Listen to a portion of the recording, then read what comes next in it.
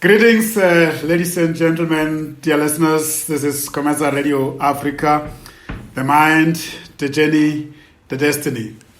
We apply our mind to the journey that takes us to our destiny. That is our philosophy. It's about a plugged mind, an active mind. It's about the sharing mind, futuristic mind, inquiring mind. And the journey is about enthusiastically promoting our ideas, giving as we learn, retaining and investing our learnings and earnings, searching for new opportunities, and the destiny is defined by productivity and profitability, social responsibility and staff caring, growth and sustainability, renewal and survival. We inform and entertain, we develop and educate, we empower and support, we associate and network. That is the idea. We are inspired by the quote from Mahatma Gandhi, which contains the drivers of our behaviors. I quote, "Your beliefs become your thoughts become your weights become your actions become your habits become your values become your destiny." Quote close. We are a business, entrepreneurship, and professional management services radio station, 24/7 streaming on internet. We broadcast music and talk shows across the world. Our objective is to use the African storytelling and the Lekgotla conversation methodology in offering career coaching, education and learning guidance, continuous professional development, enterprise and entrepreneurship development, and connecting supply to demand.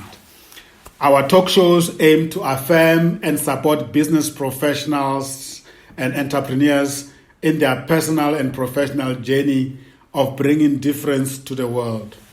These are talk shows that recognize excellence and greatness. Professionals, entrepreneurs, and academics are invited as recognition of the great contribution they are making to humanity. We have a network of associates, members, and stakeholders who know our quality standards and therefore make recommendations to our production team.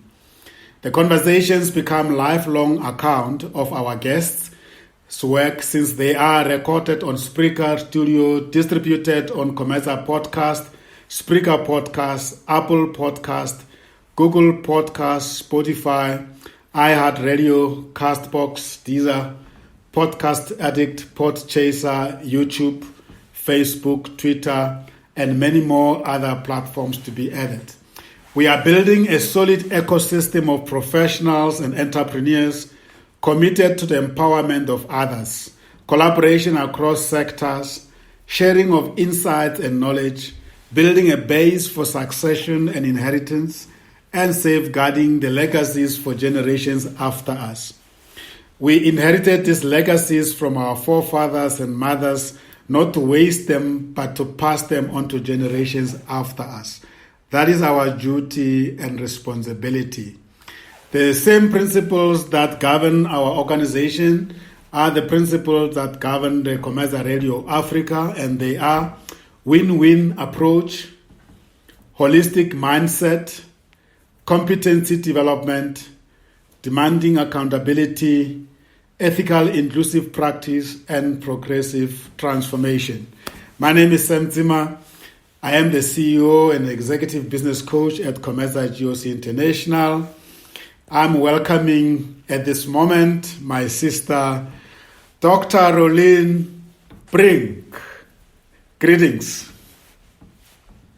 Thank you so much, Sam. It's an honor to be with you tonight and to share my journey and to be with you and our community, not only just your community. Our community, indeed. We want to, as I said earlier on of air, that we want to unmask the professionals, the entrepreneurs, and the business people and make them accessible to ordinary world. And the only way of doing that is when we tell the story of our lives. starting from where it all started when we became what I will call the project of our parents. I always say that we are the project of our parents, maybe until we are 21, 22, then they will say you are on your own. We have done what we had to do. The world is yours. Where did Roelien's life started? Where did your life start? Where were you born? Where did you grow up? What did you grow up doing? Did you ever imagine that you will become what you are today? Not in my life. I've never imagined that I would become what I am today. I was born in a small town called Parys in the Free State. Mm-hmm. And I was raised in, I have two brothers. As a child, I have two brothers. Grew up in a rectory. Can you believe it? Yeah. Two sisters, two brothers, and I was the last one of the five. Wow. So in 1970, we moved from Parys to a small town in the Northern Cape called Kaimus. Do you know the Northern Cape, Sam? I only know as far as Kimberley. The rest I know by names only. Okay. So I grew up in the Northern Cape in Kaimus. And due to my health, I only started my school career in 1973. And you know, in that small towns, you have your high school and your primary school is one. So the name of my primary school was High School Kaimus. Wow. And we approximately I think we were 300 students in the entire school. So that means you had a small class in your standards. Yeah. When we started, it was a small class of 15, 20 learners in a class. Yes. I always say that is something that many people don't know how it feels like. It looks like. Yeah. In my grade 12, I was in a class of, we must have been about 9 or 10. And I just felt that was the unfair privilege to me, because, I mean, the attention you get. So you must have had the great attention early in your career, in your studies. Yeah, I did have, there was very much attention to all everyone knows exactly what everyone is doing, even after school. Yeah. I remember an incident in grade 8, when I didn't do that well in one of my tests. One of my teachers said to me, "It's because you are always in the street, Roelien. You are always in the shops." Were you always this vibrant and reaching out, and when you grew up? Yeah, you know what? When I grew up, because my dad was working in the community and in the church, I always ride with my dad and visit the people in the communities. So I think my passion for people started from a very young age. I just love people and love the community and love doing good to the community. So that was my passion from a very, very young age. Wow. And so I think I was not that much outspoken when I was younger. I was very shy, believe it or not. Yes. But and I will speak out if something is not right. I don't be quiet. So if I see that something is not right, then I will tell you immediately. So you will know where you stand with me. Good stuff. And tell us a little bit about the Brinks. Where are they originally from? And it's a very common surname in South Africa, right? Yeah, my maiden name was Breitenbach, and my husband's I was a Breitenbach, and my husband is the Brinks. I see. Now, I know that my father-in-law is also from the Northern Cape. He grew up in Kakamas. Yeah. Yeah. And he was a police officer in Klerksdorp when he met my mom-in-law. Mm-hmm. And my mom-in-law is from Namibia. Ah, I see. But my sister was living in Carltonville. And that's how they met one another. And the Breitenbachs, where are they mostly located, the family Breitenbachs? Most of my family is from KwaZulu-Natal. But my dad and mom was also first from Klerksdorp. And then they were from there, my dad was in the building industry, in the construction industry before he decided to study and become a pastor. Wow. So, and then my father and my brother, his brother was from Paris. So they were in that whole community when he became a pastor.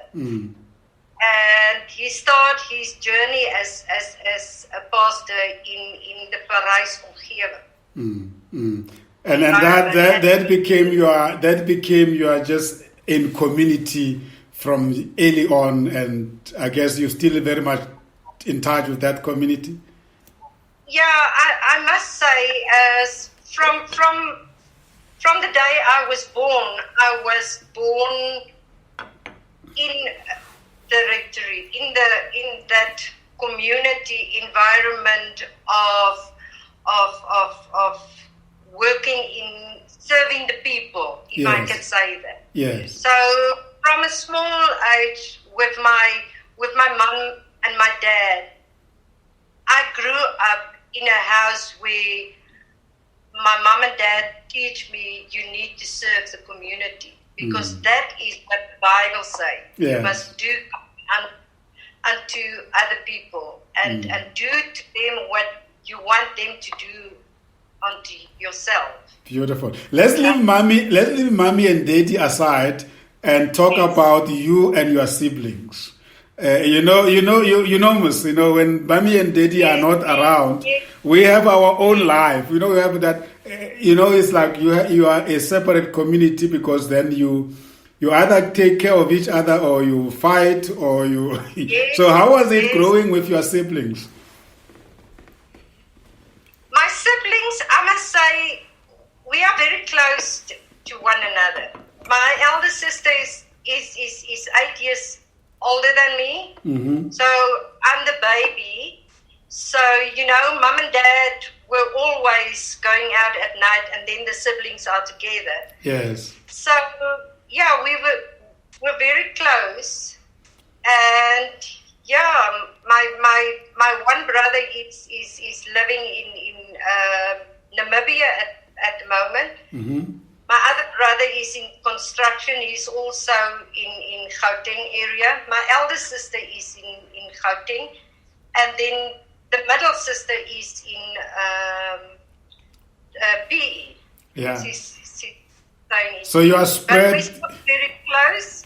So we spread across the country, and I can actually say across Africa. Yeah, absolutely. Yeah. If you include Namibia, yes. and I can imagine when there's a family together, get-togethers, it must be lit. Yeah? Whenever you get together. I would say the get-togethers are not that often. Yeah. Because my brother is in Namibia, so yeah, it's actually sad that you don't have that meetings quite often, that you don't see one that often. Wow. And let's talk about your schooling, I guess. So your dad as a pastor, was he moving from one place to another? Because pastors tend to move from one congregation to another, and it's a job, and then the family follows. Yeah, that's true. You know what? We remain in Kaimus for my entire, I will say, almost my entire school years. But at the end of grade 11, my dad decided to move from Kaimus back to Johannesburg. Mm-hmm. So during that time, my dad said to me, "You will not stay behind Kaimus.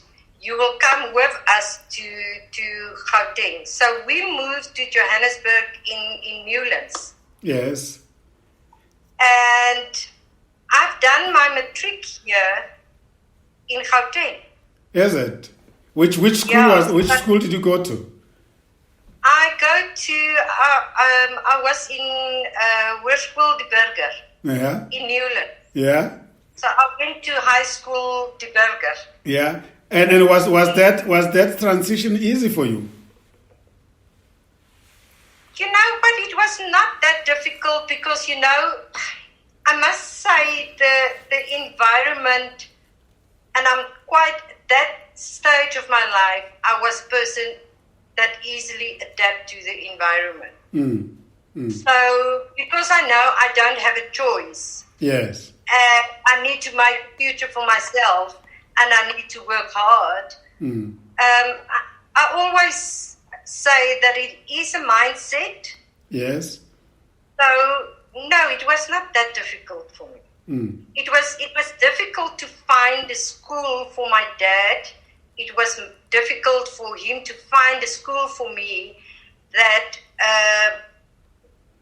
present all the subjects that I'm doing within the school. Mm. Mm. Because the subject choices in the small areas in Kaimus is not that much that it is in the a big city. Yeah. And that's exactly that point. We're talking about education, but I can imagine a Dorothy life versus a city life. It's a huge shift. Yeah, I must say that the group dynamics, it's much different from a small town school to a city school. Mm, mm, mm. And I guess even the number of students must be bigger vis-a-vis that. Yeah, now I'm in a class of matriculants, and the entire matric class is about 100, 200 students. Yeah. So in Kaimus, you have the whole matric class is 20 students sure. who learn it. Yeah. And now you're in the city, and you have so many different classes. So that was quite a challenge. But because my father was in the environment, it was easy for me because most of the kids are in church. I see. So it was easy for me. That adaptation was easier. Which church is that, Roelien? My father was in the Full Gospel Church. Oh, yes. Full Gospel Church. Yeah. I thought it would be the NGS of this world and Dutch Reformed churches. Those. Yeah, my husband is from that background. Okay. Now you can imagine the background from that side and the background from my side. Yeah. So will you say that your childhood was quite pleasant one? You had great time growing up and. Yes, I will say so. Yeah. I will definitely say so. Yeah, the first 5 years of my life, I was very sick as a child, and but after that, it was pleasant.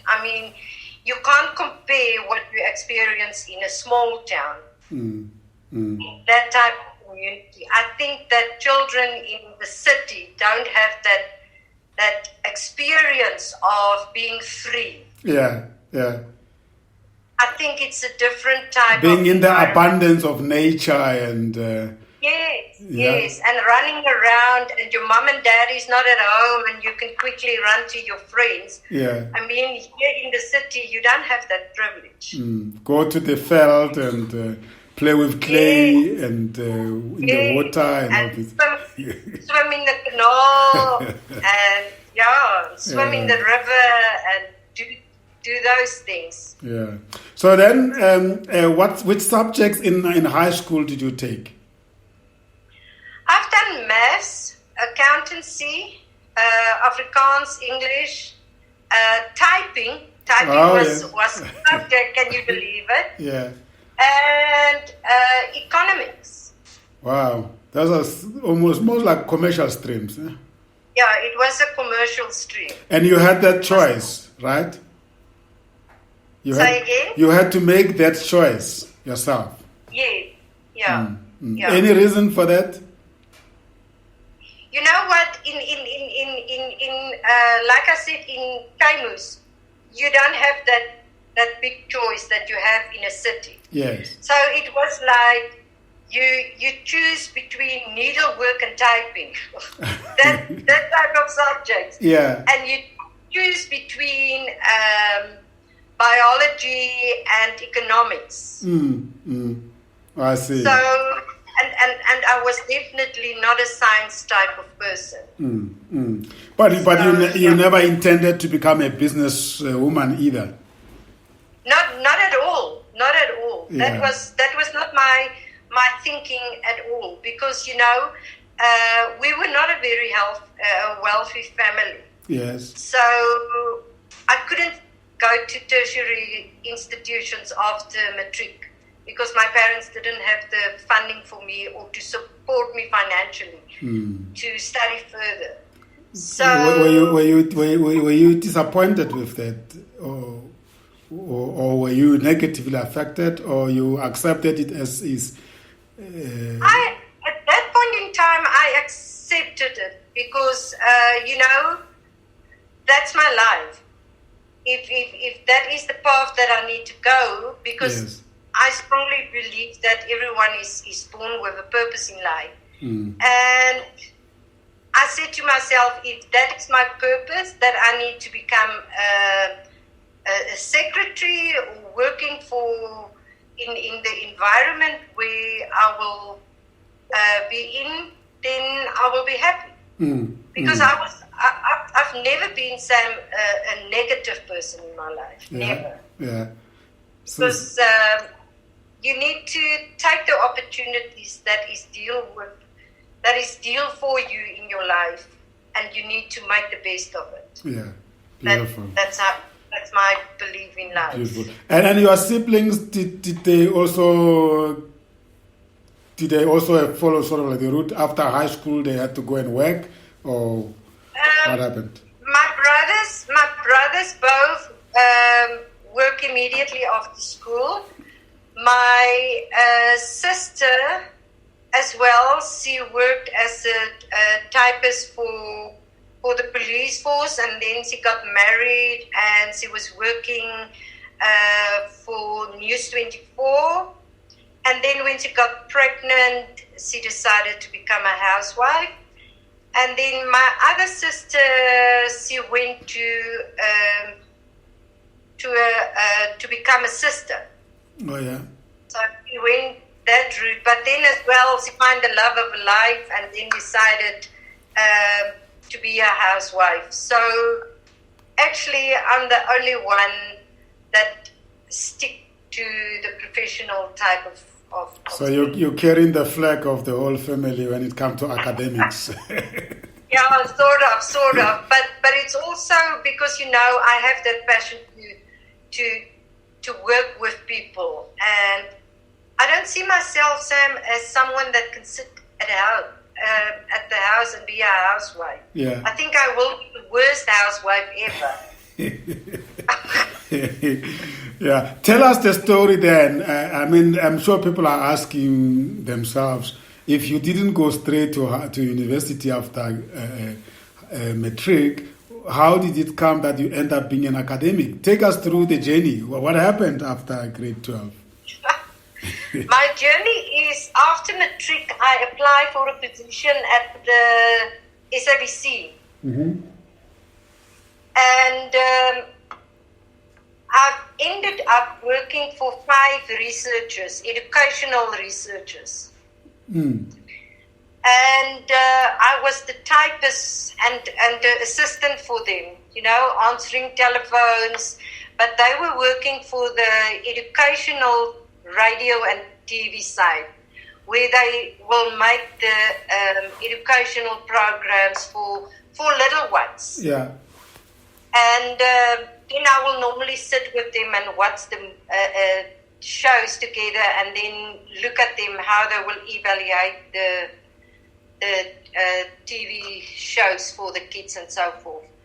But then I started there in January 1985. But then around the end of 1987, then I decided that's not for me. I need to, you're getting older and you want to do more. You want to explore more. Mm.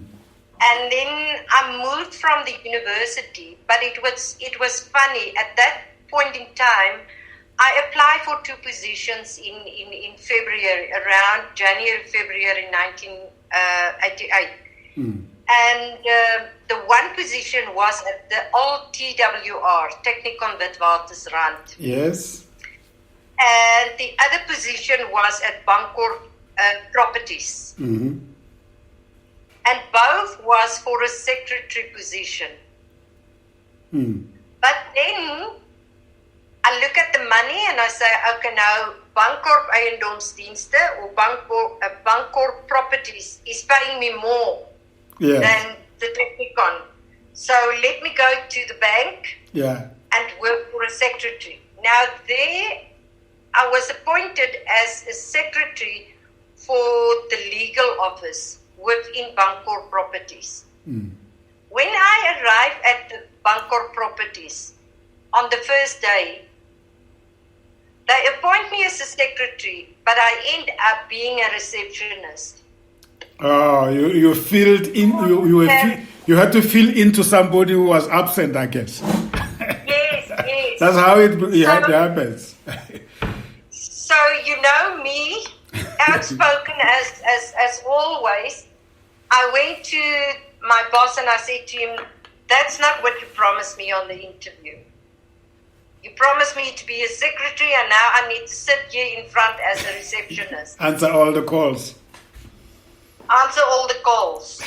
So, and then I decided, okay, but that's not what I want to do. I'm not going to sit at the receptionist. So I start looking for positions again. Inside. So, yes, I start looking immediately. So around October that same year, October 1988, I was interviewed in September, again at the Technikon Witwatersrand. Yes. And they offered me a higher salary.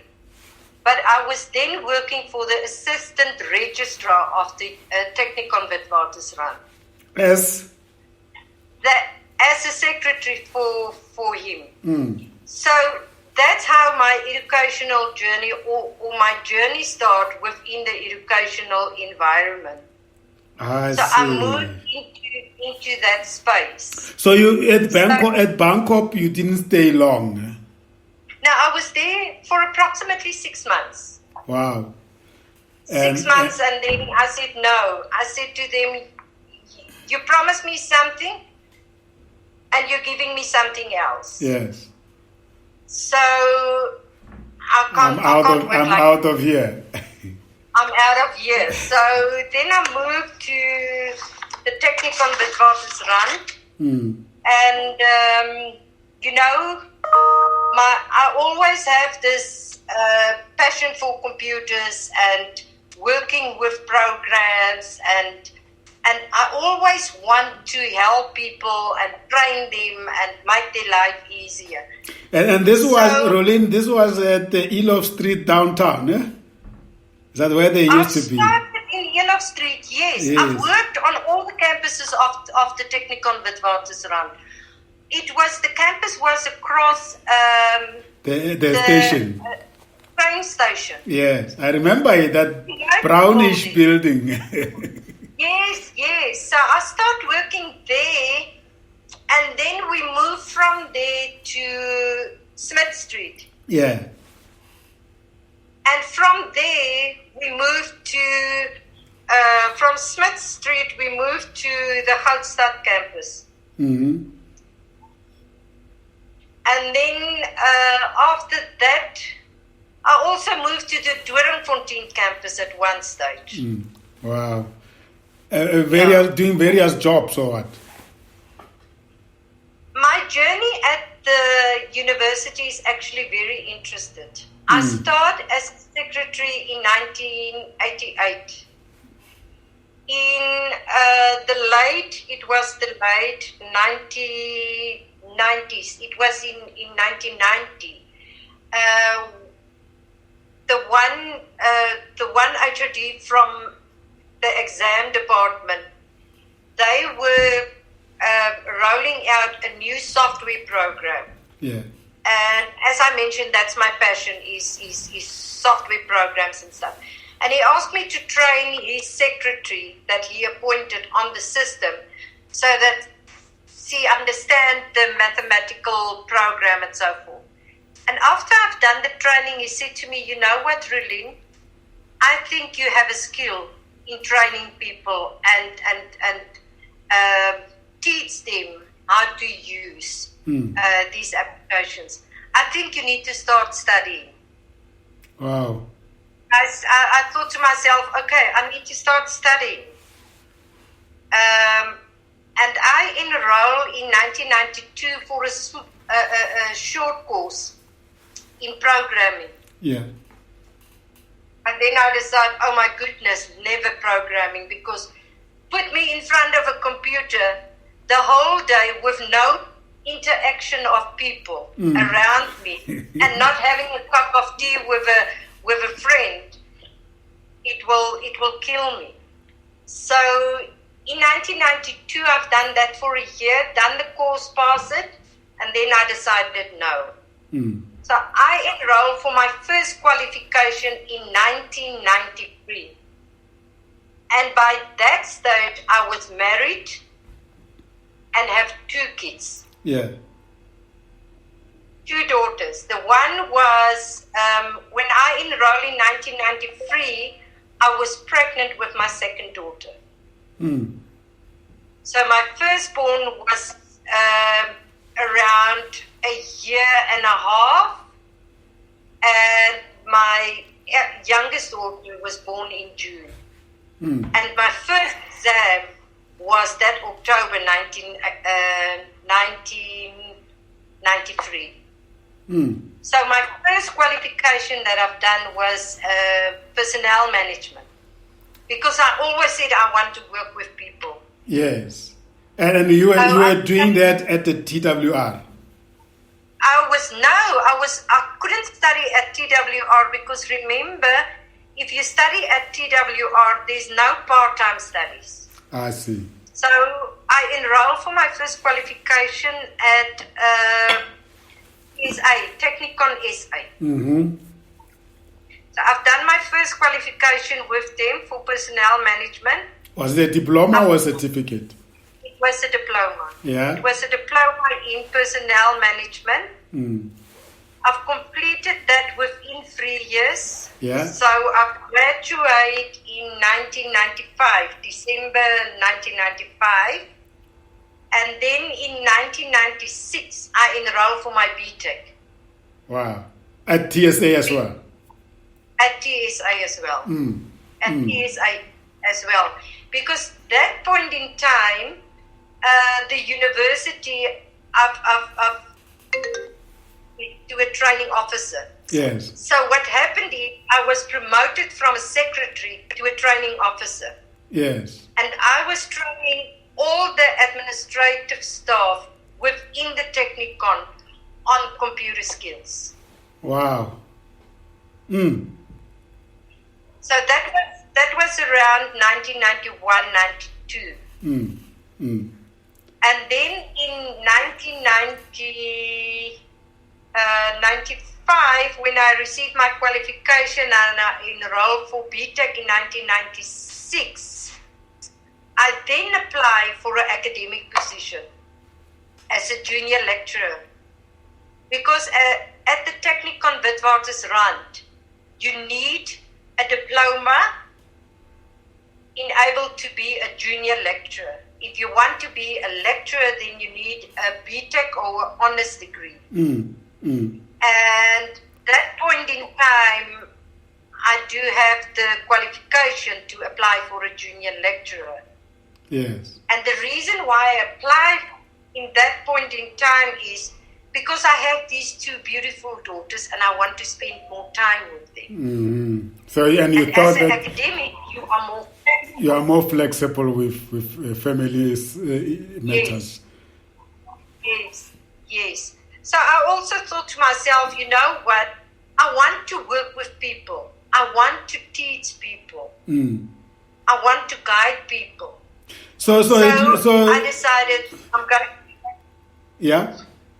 So Roelien, you want to say? Yes, I was saying that. So you never had the intention to study further. Actually, you just wanted to work until you were challenged by the colleague who said you need to study. Yes. Wow. And he actually said to me, you're wasting your talent. Yeah. Yeah, he said to me, Roelien, you're wasting your talent. You need to study. And you know, what triggers me, Sam, is when he said to me, you're working for a technicon. As a staff member, Roelien, if you study, the university will pay 75% of your studies and you need to pay 25%. And then I decided, you know, that's a good deal. Yeah. If I can get a qualification and I only need to pay 25%, then I need to grab the opportunity with both hands. Yes. And did that happen that way? And that's why, yes. Because if you study at the, if you're working for the Technikon Witwatersrand, and you study at another institution, and then they pay a certain percentage of it. Wow. So they paid 75% for my studies and I paid the other 25%. Man, you... And then I decided, you know... Yeah, carry on. Yes, ma'am. Now carry on. No, so then I decided, no, I'm going to study. But when I start studying, I decided I can't stop. I need to at least, when I apply for the academic position, I know for a fact that if I want to become at least a lecturer, I need to have a BTEC. Yes. So when I received that BTEC, I thought to myself, yes, I have everything in the world. I'm happy. I have my two lovely daughters. I'm happily married. I have the qualifications. Now I can just sit back and relax the academic environment. And what happened in 2005, Sam? 2005. What happened? 2005. What did our Minister of Education did in the country? The reintegration of universities, colleges. Yes, and technicons. Yes. Remember, and the TWR went to UJ. Yes. So now we merge Technikon, Witwatersrand, merge with Rau and Vista. Vista, yeah. Yes. Wow. Yes. First of all, Vista and Rau merge. And then we merged with them in January 2005. And then what happened is that, remember, the criteria to be a lecturer was only your honors. Yes. But now, immediately when we merge with the universities, then they said no. Now the criteria changed. Now you need a minimum of a master's. Oh, well. Yeah. So in 2007, they actually told the academic people that if you don't have a master's by a cut-off date, then you need to find another position. So they basically give you a choice. You either do this or you need to find somewhere else, because that is the standard. Yeah. Because if you want to be the best university, then your academics must also be the best in order to provide for your students the best. And in 2007, now I have a diploma in personnel management. Mm-hmm. And I have a BTEC diploma in human resource management. Yeah. Now, how do you go to a master's? Now I'm in the educational field. But in that point in time, my passion was electronic assessment, is to assess students electronically, and I don't need to mark a paper.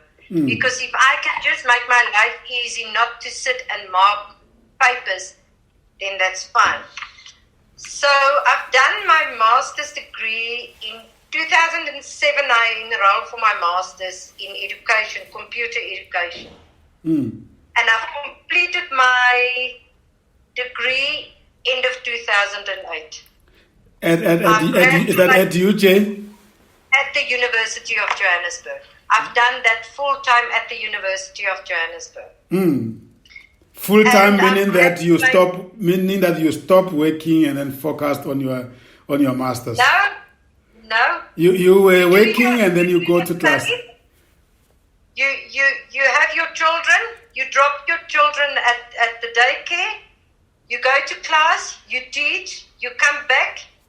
You look after your kids, put them to bed. When they are in bed, you start working on your studies. And that's how I studied the entire life, so I'm used to it. Yeah. Type of thing. Yeah. So I've done my master's in 18 months, and I graduate in May 2009 with my master's. And I thought to myself, okay, that's the end of my studies. Yeah. Now I have the master's, that's the minimum. And then the university say, no, we need to study further. If you want to be a lecturer, your minimum requirements is the PhD. Oh, if you want to teach at university level. But before I start studying my PhD, Sam, I've got involved with SASKI. Yes. With work integrated learning. Yeah. That's where you and I then got to meet. Yes. And my whole journey changed the day when I was introduced to work integrated learning within the University of Johannesburg.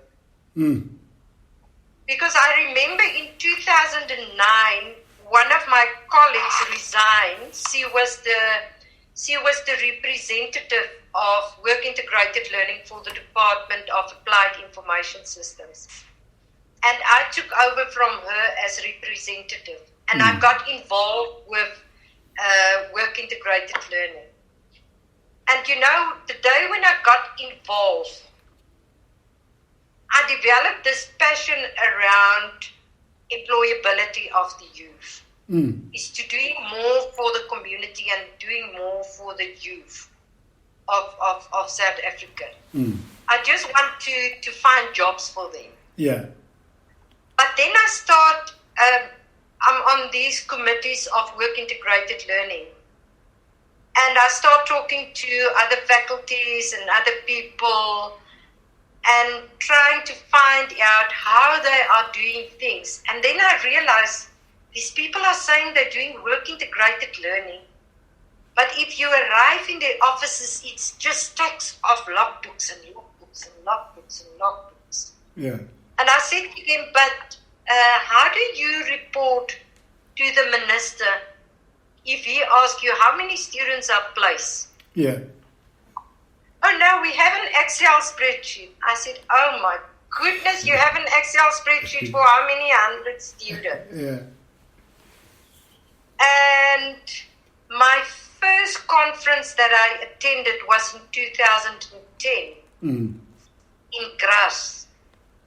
And I went with Alpheus, you know Alpheus. Yes. You were working for VUT. Yeah. And I went with him, and my first conversation was, how do you manage the information between the stakeholders? Mm. Because for me, I said to them, it's all good and well if you're telling me that you're doing work integrated learning, but what happened with the conversations and the relationships that you build with your stakeholders? Yeah. Do you have a database? Do you have a system? And then we have a good discussion around that at that conference. And I came back from that conference, and then I decided I'm going to enroll for my PhD. Yes. And I'm going to do it on an information management system, and I'm going to show the people how complex is work integrated learning and how hard work it is to place students within the working environment. Yeah. Wow. And now you must remember, I've done personnel management, I've done human resource management, now I've done education. Mm. So my experience with my educational supervision was not that great. So I went to my dean and I said to him, there's no ways that I can study at the educational department. I want to do this in information management. Yeah. Because I want to look at the specific system for the country of South Africa. Yeah. And he found me 2 supervisors. It was the best supervisors I've ever experienced in my life. And I sent through a proposal at the end of 2010. Mm. And I worked on a proposal for 3 months. I defend the proposal in March 2011. I enrolled for my PhD March 2011. I handed in my PhD in end October 2013. Wow. And I graduated in 2014, May 2014. So it took you how long? It took me 2 years, 7 months. Phew, that's record time, Roelien. 2 years, 7 times, but Sam, I didn't have a life. I decided, I've put my mind on it, and I said to myself, I need to complete this. Mm. Because it's very important for South Africa that we need to get a system. Because my ultimate dream is that the Minister of Education will sit in his office and click a button on the computer and know exactly what is the figures of our students in the workplace in all institutions of the country. Mm. So if he click a button, he must know that Durban University of Technology plays 100 students. Fundi at Mangosuthu plays how many students? Yeah. Annie, how many did you place? So it will be a Really, central, it will say central depository or a central database. Yes. Yeah. Yes, yeah. So it's important for me that, because currently I don't think if the stats is correct. Because if they ask us stats, we don't have an information system in place to say that, you know what, this is how many students are placed. These are the industries working together with the unemployment. Yeah. Because currently, what's the scenario in South Africa, Sam, is that my challenge is that every university is working in silos. Mm. They want to protect their stakeholders for themselves. My saying is, it's not your stakeholders. It's the stakeholders of the students. Yes. We need to place the students. At the end of the day, it is not the student of Vaal University. It's the student of the entire country that we need to find employability. And sure, that's an interesting story. So that you were inspired by that workshop, you went for it, you got it. And what are you working in that space now, or are you in the information technology space? I am very much in the work integrated learning space. I'm involved in all platforms possible for work integrated learning. You won't believe it, when I've got involved with SASKI, I've attended the first SASKI. Remember, it was in 2009 where Shaquille was elected as president for SASKI. That was my first SASKI meeting. That was at TSA, right? That was at Vaal University of Technology. I see. Yeah, he was elected president at Vaal University of Technology. So that was my first SASKI, and then I got involved with SASKI. So currently my area of research and my passionate area is information systems, as well as work integrated learning. So what I'm doing within the University of Johannesburg is I'm in the Department of Applied Information Systems. I see. And my students that I'm teaching is third-year students. Yeah. And they're doing software development. I see. So I'm working very closely with the community. So every year, those students are divided into 12 groups. And each group I will allocate a project to. I see. And they need to work with the industry, that's their stakeholder, together with me as a lecturer, and then together with a mentor that will mentor them throughout the year. And then at the end of the year, then they will showcase that project to the judges. So they're very connected with the community and with the stakeholders and the industry. And then at the end of the year, when they showcase, I don't mark the students, the industry mark the students. The industry will give the students feedback and advice on that. So that's how I combine the two. I see. Beautiful. Let's hold it there. This is exciting. When we come back, I want us to explore that much further, because it's quite interesting. I had a different thinking in terms of what you're doing, but this combination excites me. Data management and the type of community projects involved in, that's what we need. We're going to explore that further when we come back.